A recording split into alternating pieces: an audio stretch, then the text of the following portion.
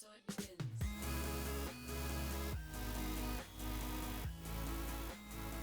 Hey guys, welcome to Roleplay Readers. Today we've got a very interesting story for you from the site Roleplaying Adventures, created by the lovely Wobbles. The story is a post-apocalyptic one called RPApocalypse Resurrection.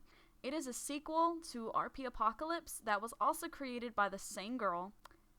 The basic plotline is that a group of people are trying to survive the apocalypse, which was caused by aliens who came down to Earth to use humans as entertainment for their species. So basically they're throwing all kinds of stuff at the group that is trying to keep themselves entertained. In this story, the survivors have been split up into two groups, the Easterners and the Westerners. And when this segment begins, the Western leader has just been kidnapped by the Easterners. So the Western group is trying to figure out a way to get her back. I started to ask what Tony had in mind until the flare went off. I saw it flash into the air and heard a car start up and drive off. Shit, hold that thought. I leaped over to my rifle and pulled it up, training the sights on the car as it drove away. I heard the radio crackle from what sounded like breed. Corzan's gone. He left. Damn it. I set my rifle down and took in a breath, running my hand over the tangled mess that had become my hair. It had been so long since they had shampoo and conditioner in them, they might as well have been dreads. That, however, was the last thing I needed on my mind. I turned back to Tony with an urgent look. Okay, so besides Craze being AWOL, apparently Corzan just lit up the new base like the 4th of July, so now's probably a good time for that plan. I was trying to formulate my plan into words to be able to explain it to Curls when he asked, but my train of thought and his sentence was interrupted by a bright light. A flare? I thought out loud, and followed Curls to the window when the car started up. Who is that? I was starting to panic. When the walkie-talkie sounded, I snatched it up. Did he say anything about where he was going? I asked Breed through the little device. So now's probably a good time for that plan. I looked over to Curls, suddenly unsure if the plan was even close to a good one. I had always been worried that the things that I did would never work out the way they should, which was what made me into the perfectionist I was. It's a great plan. Don't worry so much about it. I shook my head at the slight pain that suddenly appeared at the back of my head. There it was again, that voice. I hated her voice. She never told me good things. Shut up and let me handle this. I mentally shooed her away. Fine, but eventually you will listen to me. And with that, she was gone. I looked back to Curls and gave an apologetic smile. Sorry. Anyway, about that plan, I said, then tried to think of a way to begin conveying my thoughts. A battle, I said simply. We all go out there to where that Easterner, Sol, took Craze, if we can find it, and fight to get her back. It's the only plan that might work. But only if we stick together, help each other, I said. There it was. He could either take it or leave it. But suggestions would have been good too. I paused, unsure what I had heard had come from who I think had spoken it. I'm sorry. What? You're kidding me, right? I saw the look in her eyes and knew she wasn't.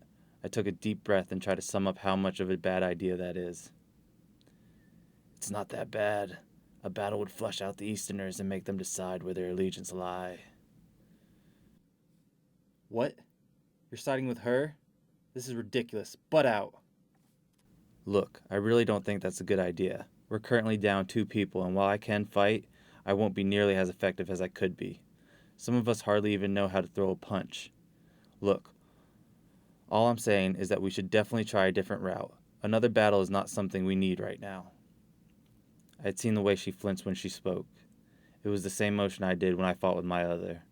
I put my hand on her shoulder again, and I looked into her eyes, trying to plead with her.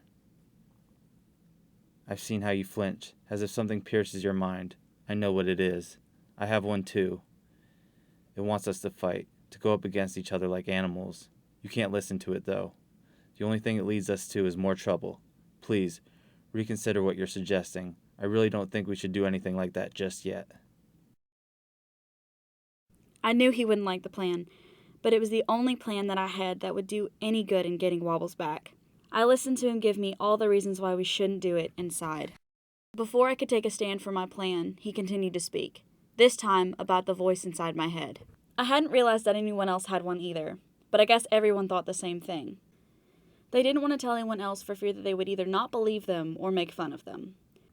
But Curls was accusing me of taking my idea from my other. That voice inside my head has nothing to do with the creation of this plan, I said defensively. And I honestly think that it's the only plan that will have any success in bringing Wobbles back. Unless you have something better, which is doubtful since you turned to me for a plan. I shook my head and closed my eyes, sucking in a deep breath, then releasing it, pretending it was carrying at least some of the stress out of me. Okay, look, I know it seems crazy, but I don't know of anything else that can bring Wobbs back. I can't just sit here knowing that Craze went out alone, against God only knows how many people, and pretend it's going to be okay. I'm sorry, but I have to do something, and if you're not going to help me, then pray that it works out, I told him, leaving it open for him to decide. I was going to go through with this whether he, or anyone else for that matter, helped or not. I probably would even go alone if it came down to it. At least that way there would be 2 people to try and help Wobbs. I had tried to reason with her, but she wouldn't budge. She, like Craze, had decided that something had to be done and would not be swayed either way. She had that look that I knew would not falter. Well, at least she believes in doing this. That helps more than she knows. I stood up straight and took a hold of my rifle. All right. If you're so hell-bent on this, well, I gave a small smile. I might as well make sure you don't get hurt. I'll scout out the area and provide cover fire from a distance. But we'll need more than that. Like I said, we can't charge in willy-nilly. We have to do it smart. First, though, we'll need to see how many of the rest of the group will come with us. I extended my hand to her for her to take it and gestured toward the door. Let's go save Wobbs, shall we? Good boy. Curls, after much thought, finally agreed to help me lead the West into battle for Wobbs, which made a smile spread across my face. Thank you, I said, then took his hand, letting him lead the way to the door. I wondered how many of the others would want to go out and fight to get Wobbs back. Suddenly, doubts began to creep into my mind. No, I told myself, I have to stay positive. If I don't, the whole plan will fall apart. I gave a small nod and continued with Curls down the stairs toward the first level of the base. After grabbing one of the duffel bags I stored, I moved all the weapons I intended to give to the West into it. This plan is going to get you killed. No, it won't. The other laughed, but didn't seem to mind. What was it up to? Nearly 30 minutes later, I had arrived at the Western Territory. I had my car, not wanting it to be spotted. It was a reliable car. I hefted the duffel bag onto my shoulder and walked the rest of the way to the West base. I entered the same way I did, not even yesterday. Only this time, I kept my gun behind my back. Don't shoot! I'm trying to help everyone for once. I tossed the bag over, still keeping my hands raised. Where's the sniper? Tony and I walked hand in hand down to the bottom floor. As we got there, however, the Easterner showed up, the one that shot me. Rage flared through me at the sight of him, and my other surged into my mind. He then called me out. Remember him? Let's see if we can't make him remember us, shall we? I let go of Tony's hand and quickly strode up to him and leveled my rifle at his head, my other floating around in my head feeling pleased. 1, that would be me. 2, if you think you can waltz in here any time you like, you've got another thing coming. 3, whatever's in the duffel bag, drop it, and anything else you're armed with. 4, tell me why the hell Craze and Wobbles aren't with you, and it better be damned good reason, or I'll blow your head off here and now. My other purred in my head, obviously enjoying this. 1, I very well knew that. I asked where you were, not who you were. 2, I don't intend to. I came here to help you fucks stay as far away from death as possible. 3, you must be blind as hell because I already dropped the damn thing, and I won't relinquish my weapons. 4, Craze wanted to go alone, and I had to prepare for bullshit like this. Allow me, please. Be my guest. I let the other take slight control, just enough to deal with the situation. My hands quickly grabbed the gun, yanking it from his hands, and tossed it to the side. Then they reached for the knife strapped to my thigh, and I pushed the sniper against the wall, the knife at his throat.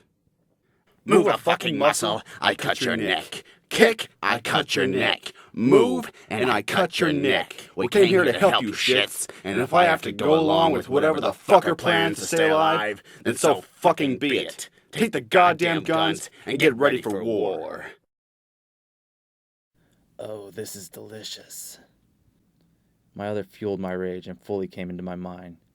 Beginning to take control, I slowly reached up and stuck my hand on the knife, pushing it until the knife was 1/3 of an inch into my hand. Blood immediately began to pool around the wound. Do not dare threaten me, not within my home, and not near my companions. Regardless of whatever reasons you have, you are still an Easterner and untrustworthy. Death is something you cannot avoid in an apocalypse, and you, soul, are pushing your luck. The other pushed my hand further onto the knife and grasped it, lowering it until each was waist level. My vision had faded to a shade of red, and I felt no pain. You can help us if you wish, but you have a long way to go before you can redeem any trust or honor with us. And unless your other would like to have a more personal chat with mine, I suggest you put away the knife. The other withdrew my hand from the knife and forearm sole out of the way. We then walked over to the duffel bag and picked it up, setting it on the living room table. My hand continued to bleed, the red liquid dripping down onto the floor. Now, unless you have anything else useful to grace us with, kindly wait in the corner or somewhere out of the way until you're needed. Interesting. What? His other act's more like an Easter one. He must have been misplaced. What? I felt the other backtrack. Nothing. But this is where you were wrong, fucker. I will threaten you. We'll do it any day of the goddamn week. We don't want your damn trust. We don't want your honor. Wow, you're holding back. I'm proud. I may be holding back, but how do you know? Well, you ripped someone in half before. You're holding back. The other laughed internally when we were pushed out of the way. I don't take orders. We give them. Get to the point. You'll need an eye in the sky. They may try and take the high ground. They might also be trying to barricade themselves inside the building. 3 of those pistols are military grade. The ammunition is enough to force through thin enough metal. We scrounged up enough ammo for your lot without hurting our own supply. Inside are some talkies that you should all start using immediately. If you can get on top of one of the higher buildings and get a good shot from the gun, you guys might just survive. I took back control, wanting to add something in. Be careful. Some of them may be thinking about allying themselves with me on something, but some might not, and will kill without hesitation. I have things to do. I walked out and ran back to my car. I was behind schedule. I drove quickly to the den. This would be the last time I'd be here for a while. I looked through the scope of the rifle I'd hid in one of the vents, looking for the others. If we die, you're dead. Don't. That was terrible. I was stunned at Corzan's outburst, his rantings, feeling like an accusation. I watched him leave, just walk out the front door. I didn't do anything, though. I was too terrified. He'd always scared me with his size and his mood swings. I distantly heard Scotty's words, but didn't acknowledge them. This is all wrong. The thought echoed in my head over and over. So I just kept right on cooking when the Easterner from before came rushing in. I moved to see him, hoping he had come back with wobbles and craves, but he apparently had weapons for us. Something about an attack from the east. What great wrong had we committed that we needed to be hunted down like this? Couldn't we just be left in peace? Things got tense, and I thought someone was going to die, either Curls or the Easterner. Although, were they really that different? Nothing happened, though, besides Curl cutting his palm. I took the ham out of the oven. What else could I do? I was the only one who cared. What was something as mundane as food when one had enemies to kill and vendettas to complete and plots to scheme? In fact, I was fairly certain Breed couldn't even eat ham, so I'd fucked up yet again. With that done, I moved to Curls. Let me see that, I said, my nervousness making me run over my words. I took some of the medical supplies I had brought out for wobbles and disinfected Curl's hand before wrapping it in bandages. I nodded. Dinner's ready if anyone wants any, I said, my voice hollow and distant. I grabbed one of our flashlights, not saying anything to anyone as I stepped towards the door. Everything keeps changing, I muttered as I stepped out. I felt the chill of the wind as I followed the trail I had seen the car take. Corzan! I called out. Maybe he doubled back. Maybe he was right here and was just too embarrassed to show himself. If I could talk to him, maybe he'd come back and everything would be okay. Harry! I called out. I found a piece of paper as I hit the curb. I didn't notice the significance of the map or the circle. All I saw were the words, better life. Was that even a thing anymore? Who had the time to build anything here when you were being hunted? No, there were more important things to do, enemies to kill, vendettas to complete, plots to scheme. I ripped the paper into shreds, letting the pieces scatter in the wind. I fell to my knees and began to punch the ground, my fist hitting the asphalt again and again, and I felt my knuckles crack, the skin peeling off as they began to bleed. I hold my wounded hand against my chest, hot tears running down my cheeks. Mom, I whispered. God, how long has it been since I allowed myself to think of her? She had run my entire life, and now I was starting to realize how much I missed it. Everything was falling apart, and I didn't have anyone to lean on, no one to take charge when I couldn't. I didn't have her. I screamed, howling my anguish at the night sky as I sobbed loudly, tears rushing down my face and snot dribbling to my chin as I feel myself break down, my hands clutching my head as I wept. I stood and waited for a response from Keel. He looked dazed and continued to cook. I frowned slightly and turned when I heard noises behind me. I turned and saw the same Easterner from before, but he'd returned with a duffel bag. I walked further into the room as he spoke quickly. Before I could even comprehend the situation, Curls and Tony had arrived back. They were shouting, and then this Easterner had Curls by the throat against the wall. I watched intently, moving forward, knowing full well that Curls was able to take care of this Easterner himself. I faltered when I noticed the change. It was like Curls' voice had changed, and rage took over him. I took a step back. It was like it was someone else speaking for him. I glanced around the room, and then he was driving his palm into the open knife. What the hell? I stared with wide eyes and moved further backwards. The Easterner left, and Keel appeared from the kitchen. He wound a bandage around Curl's hand, muttered something, and then left the building. I made to follow him, but stopped myself. I glanced over at Breed and moved quickly to her. We need to do something. We can't stay here any longer. I pleaded with her, hoping she would have some sort of plan. My head snaps around as I hear screams from outside. I run through the door and outside as I watch Keel slam his fists into the concrete. Tears stream down his face, and as I near him, he places his head in his hands and weeps. I move closer slowly and then kneel before him. Keel? It's Scotty. I put my hands on his shoulders and opened my mouth to say anything, but nothing came out. What could I say that would make this better? We're in the bloody apocalypse. No words of sympathy are going to make this situation any nicer, I thought with anger.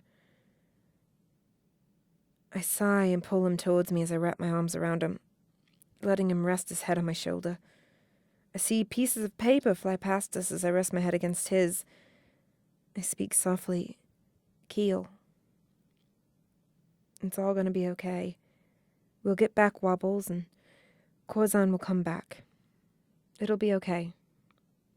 Yeah, it'll be okay. I repeat the last few words over again, trying to convince myself that there was still hope. I didn't like what I saw as soon as we walked into the room. It was the Easterner from before, and he was asking for Curls. He didn't have anyone with him, which upset me. Why was he here? I was about to find out. Curls pulled away from me and went full force at the boy, pointing his gun at his head. "Curls!" I shouted, praying to God that he wouldn't kill him. I felt helpless as I watched the whole scene unfold, listening to every word they exchanged. I didn't like the way they both seemed. Different. Especially Curls. He wasn't himself, and this new person scared me a little. I watched him grab the knife, and I saw the blood begin to drip from his hand. Gasping and covering my mouth, I watched him walk away like it didn't even pinch. After that, the Easterner left, and Kial bandaged up Curls, then walked out the door. I walked over to Curls tentatively. "Curls?" I said, looking down at his bandaged hand and wondering what had just happened. I heard the cries from outside, then watched Scotty walk out the door toward them. She can handle that, I thought. I let Kial bandage up my hand. As the other's presence in my mind began to subside, my hand began to hurt immensely. Well, at least it's not my trigger finger hand. I had thought the same, and unlike you, I did plan ahead a bit. You? Planned ahead? You know what? You can just fuck off. Every time you show up, I or someone else gets injured, in one way or another. Just stay the hell away. Oh, if only. I'm a part of you now, and have been for quite a while. As I said before, there are things you can't even comprehend. Besides, we made a deal, remember? I stay away from your social life, and get to come in when things get tense. And that was certainly tense. I did also say I would reward you for being a good boy, so here. My mind suddenly went black, and I was suddenly in the cold. It was so cold. I looked down and saw my arms wrapped around. Tony? She had on my jacket and was holding my rifle. It looked like I was showing her how to shoot it. Again, my mind darkened, and I came back to the present, to the words of, "Curls?" I looked over to see Tony. She looked worried and even frightened. I took a deep breath and took my weight off the table, turning to face her. Sorry you had to see that, but that guy was getting on my nerves. What you saw? I lowered my voice so only she could hear me. That's what happens when your other takes over. You become stronger and more resilient, at a cost though. That's why I told you not to listen to it. I don't want it to happen to you. I smiled and put my uninjured hand on her arm. Don't worry too much about me. I'll be fine. Let's just get everyone ready to move out, shall we? If we want to carry out your plan, we've got to move fast. Thank you guys so much for listening. This project was a ton of fun to put together, and I hope you guys enjoyed listening to it as much as I enjoyed putting it together. If you guys enjoyed it, definitely leave me a like. That way I know that you are interested in hearing more. I will see you guys next time. Bye!